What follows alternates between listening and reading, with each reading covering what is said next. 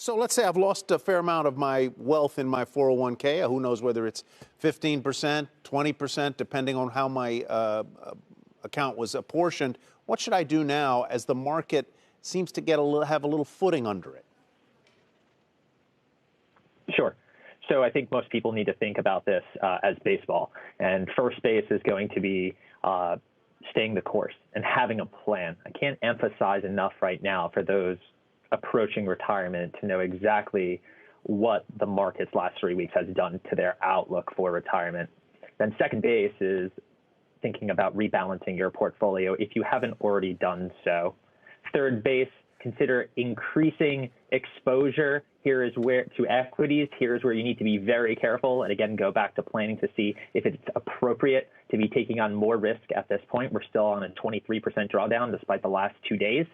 And then last and home plate here is if there's surplus cash on the sideline here, you need to be even more careful because liquidity is precious, but there are still opportunities out there that may help you recover some of these losses as we enter recovery. And even though we don't know when that is specifically, I'm betting that we will recover.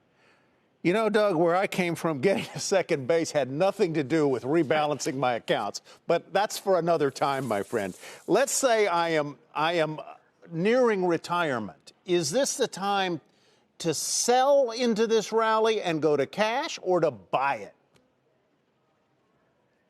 I think a lot of people don't know what either buying or selling is really going to do unless they have that retirement plan in place, unless they have that financial plan in place. It's very difficult to provide people with context to their specific situation. If you are feeling nervous, if liquidity is an issue, please understand that it might be okay to provide yourself with a little bit more liquidity. You know, a lot of people are in those target date funds in their 401k. Do we know how they're working? So these target date funds should have been moving along with your age to get you into what's deemed to be an appropriate risk tolerance. You're going to want to check with whichever asset manager's target date fund you're using, when their rebalances are, when they occur, to see if they're doing their job, at least in rebalancing the portfolios back to their target allocations. Do you trust target date funds? I think that they keep you out of harm. I think perhaps a more custom allocation for an individual or individuals is better, but at the very least, they'll keep you out of harm. The beauty of the 401k is that it really forces you to dollar cost average, right? So this week, the stuff that's coming out of my paycheck is going into the market at a price that is 20-some% lower than it was a month ago.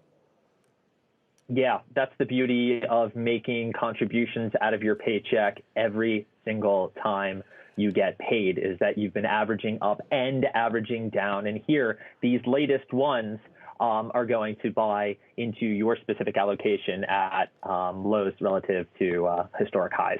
Yeah, I think that's really an important thing, that it does force you to do that. It's really that's where the beauty of it comes in. Is there ever a time that you need to raid your 401k? It's usually a place of last resort. And, you know, piggyback off of what you just said right there. There are a lot of people who are told that, you know, always to contribute to your 401k. And that's one of the great opportunities is as you're contributing, you're buying these lows. But I think there's also a lot of people who don't have enough cash and don't have enough liquidity. It's very, you know, it pains me to say stop contributing. But if you are nervous, everyone deserves to sleep well at night. So keep that in mind. It's a balancing act for sure.